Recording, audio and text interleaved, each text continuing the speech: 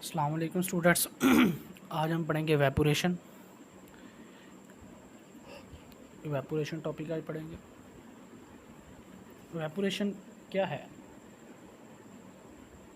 The process, ये एक अमल है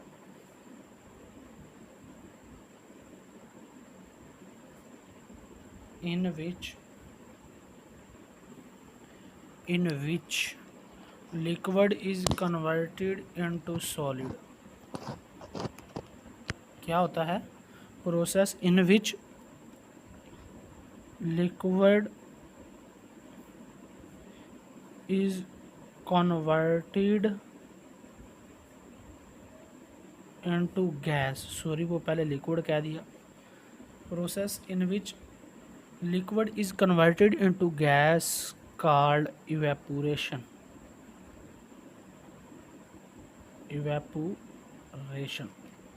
ये इसकी डिफाइन होगी। इसको उर्दू में कहते हैं अमल तबखीर, बखारात का बन जाना।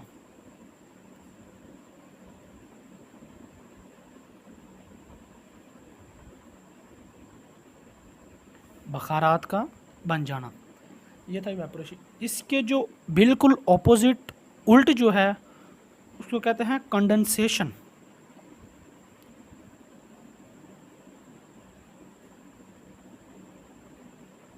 जो इसके बिल्कुल ऑपोजिट है वो क्या है? कंडेंसेशन। इसमें क्या होता है कि गैस जो होती है उसको कन्वर्ट किया जाता है इनटू लिक्विड। गैस को लिक्विड में कन्वर्ट करना कंडेंसेशन कहलाता है और लिक्विड को गैस में कन्वर्ट करना इवेपोरेशन कहलाता है। ये बिल्कुल एक दूसरे के एंटागोनिस्टिक, उल्ट हैं। इवेपोरेशन और कंडेंसेशन। ये आगे इसकी एग्जाम्पल।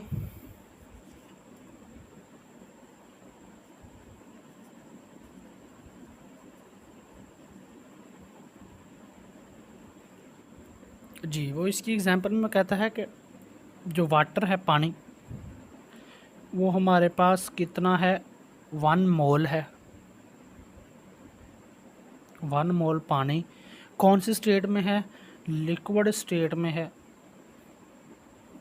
लिक्विड स्टेट से जाता है गैस स्टेट में, तो वो कितनी एनर्जी रिलीज़ करता है या अब्जॉर्ब करता है, ये मैंने अभी आपको नहीं बताया, मैं अभी बताता हूँ। 7 किलो जूल पर मोल, ये इतनी एनर्जी लेता है। अच्छा, ये जो इवेपोरेशन है ना, ये कंडेंसेशन प्रोसेस है। कौन सा प्रोसेस? एंडोथर्मिक।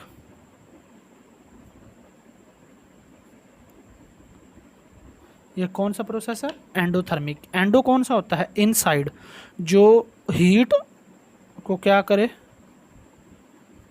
अब्जॉर्ब। इसका मतलब है कि इवेपोरेशन एंडोथर्मिक प्रोसेस है। वाटर के मालिक्यूल्स या कोई भी मालिक्यूल्स हीट को अब्जॉर्ब करेंगे, अब्जॉर्ब करने के बाद वो उड़ जाएंगे। इसका मतलब है कि ये एंडोथर्मिक रिएक्शन। आगे इसकी एक्सप्लेनेशन जो है ना,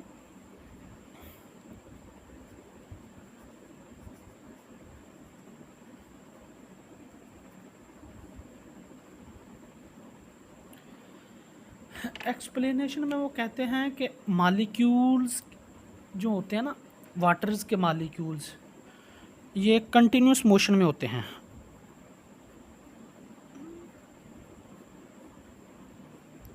continuous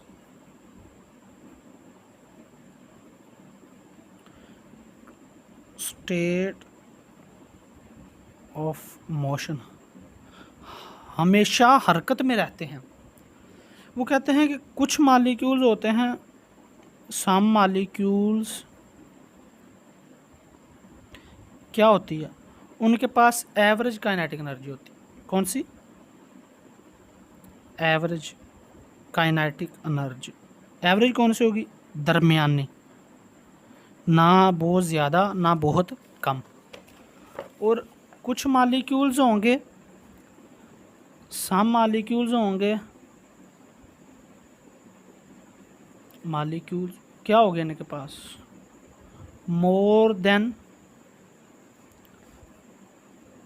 average kinetic energy, average kinetic energy से भी इनके पास ज़्यादा होगी, एवरेज दरमियानी से ज़्यादा होगी। क्या होगा इसका नतीजा, उनमें अट्रैक्टिव फोर्सेस डोमिनेट हो जाएंगी, forces dominate between molecules, molecules में अट्रैक्टिव फोर्सेस डोमिनेट हो जाएंगी। क्या हो जाएंगे, मालिक्यूल्स कंबाइन, जैसे ही मालिक्यूल्स में अट्रैक्टिव फोर्सेस डोमिनेट हो जाएंगी वो क्या होंगे, मालिक्यूल्स एस्केप हो जाएंगे from the surface of liquid, क्योंकि उनके पास एनर्जी ज़्यादा है जिसकी वजह से वो एक्सेप होंगे। और इस प्रोसेस को हम क्या कहते हैं,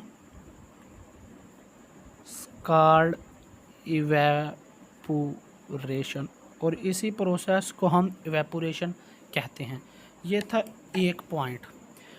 एक्सप्लेनेशन में दूसरा पॉइंट हम आपको बताते हैं, वो कहते हैं कि evaporation is a continuous process.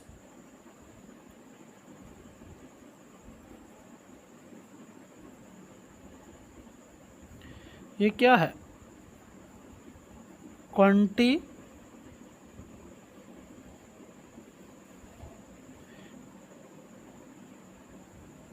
Continuous process. क्यों, क्योंकि ये जो है ये डिपेंड करता है किस पे, ऑन टेम्परेचर, टेम्परेचर पे डिपेंड करता है। जैसे ही टेम्परेचर ज़्यादा होगा क्या होगा, इवेपोरेशन में इसी से डोमिनेट कर रहा हूँ, ये भी ज़्यादा हो जाएगी। और जैसे ही टेम्परेचर कम होगा इवेपोरेशन भी कम होगी, लेकिन इवेपोरेशन हर टेम्परेचर पर होगी, चाहे वो सर्दी है चाहे वो गर्मी है। सर्दी में बहुत कम नैनो में चली जाती है और गर्मी में बहुत ज़्यादा हो जाती है। ये था इवेपोरेशन का दूसरा पॉइंट। अच्छा, आगे है इवेपोरेशन का तीसरा पॉइंट। ये जो इवेपोरेशन है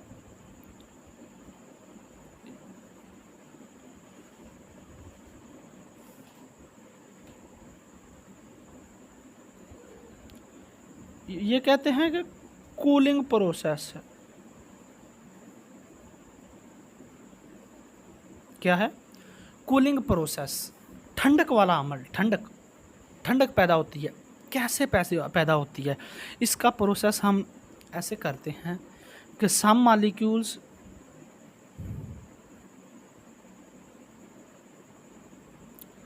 जिनके पास क्या हो, हाई काइनेटिक एनर्जी, वो क्या करते हैं, escape from surface of liquid.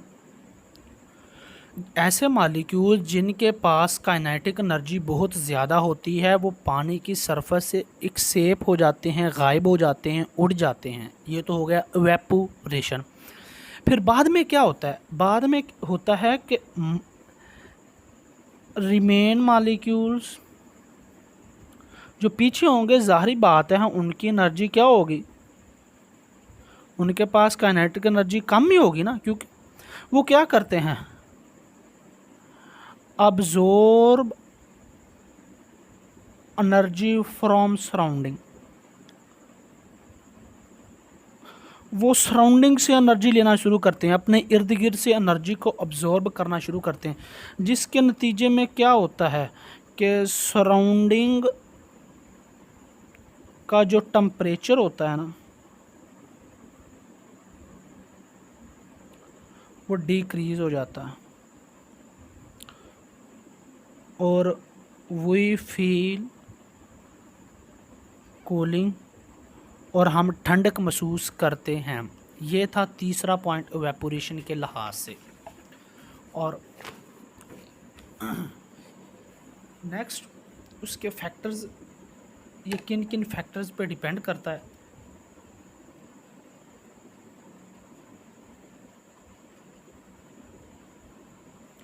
जी, पहला फैक्टर है सरफेस एरिया।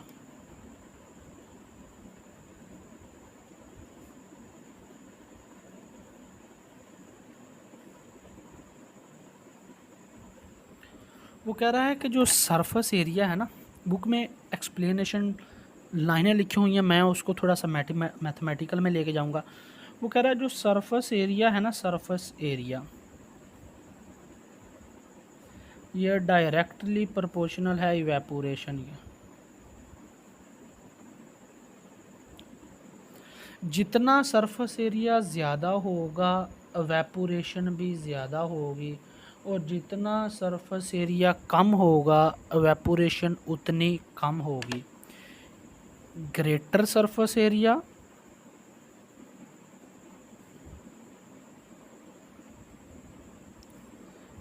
क्या होगा, ग्रेटर इवेपोरेशन, और lower surface area lower evaporation. ठीक हो गया। इसकी जो एग्जाम्पल है, एग्जाम्पल हमारे पास स्यूसर होता है, स्यूसर SAUCR, स्यूसर। ये क्या होता है, use for cool T, T को ठंडा करने के लिए, चाय को। कप में जो चाय होती है, इन कप में क्या होता है, कप में सरफेस एरिया लेस, कप में सरफेस एरिया कम होता है, इवेपोरेशन भी कम होती है, इवेपोरेशन भी कम होगी। लेकिन स्यूसर में क्या होगा, सरफेस एरिया ज़्यादा होगा, जिसके नतीजे में इवेपोरेशन भी ज़्यादा होगी। लिहाजा हमें इस एग्जाम्पल से पता चल गया कि जैसे ही सरफेस एरिया बढ़ जाएगा इवेपोरेशन भी बढ़ जाएगी। ये था इसका पहला फैक्टर। जो दूसरा फैक्टर है वो है टम्परेचर। ये पहले भी डिस्कस हो गया लेकिन मज़ीद कर देते हैं।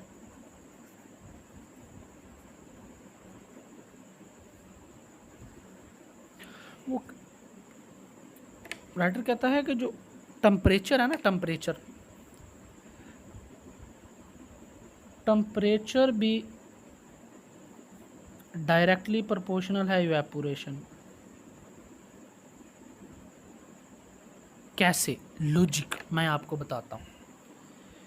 टम्परेचर बढ़ेगा इवेपोरेशन बढ़ेगी, टम्परेचर कम होगा इवेपोरेशन कम होगी। कैसे, टम्परेचर बढ़ गया,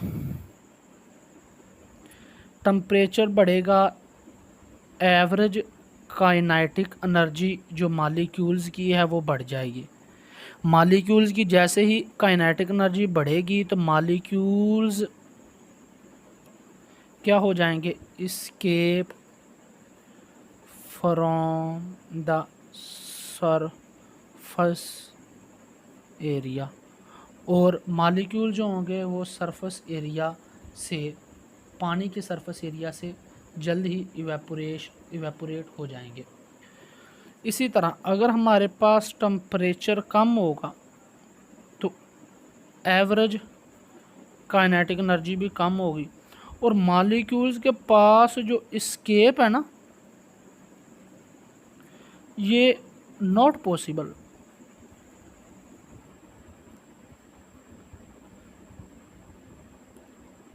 मॉलिक्यूल्स के पास, मॉलिक्यूल को एस्केप होना उनके लिए बहुत ही मुश्किल है। मॉलिक्यूल्स कभी भी यहाँ से एस्केप नहीं हो सकते। क्यों, उनको एस्केप होने के लिए जितनी एनर्जी की रिक्वायरमेंट है उतनी एनर्जी उनके पास है ही नहीं, वो कैसे एस्केप हो। लिहाजा टम्परेचर हाई हुआ तो molecule escape from the surface area, evaporation क्या हो जाएगी, इनक्रीज। टेम्परेचर बढ़ गया, इवेपोरेशन बढ़ गया, टेम्परेचर कम हुआ, इवेपोरेशन भी कम हो गई। हमें इस फैक्टर से पता चल गया कि इवेपोरेशन जो है ये टेम्परेचर के डायरेक्टली रिलेशन है। अगर टेम्परेचर बढ़ेगा इवेपोरेशन बढ़ेगी, टेम्परेचर कम होगा और इवेपोरेशन कम हो जाएगी। जो तीसरा है ये इंटरमॉलिक्यूलर फोर्सेस।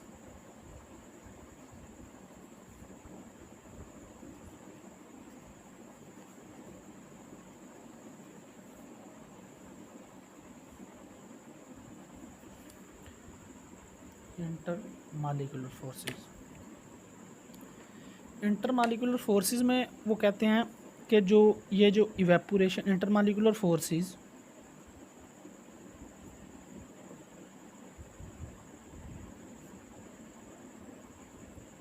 ये इनवर्सली रिलेशन है इवेपोरेशन के, इनवर्स,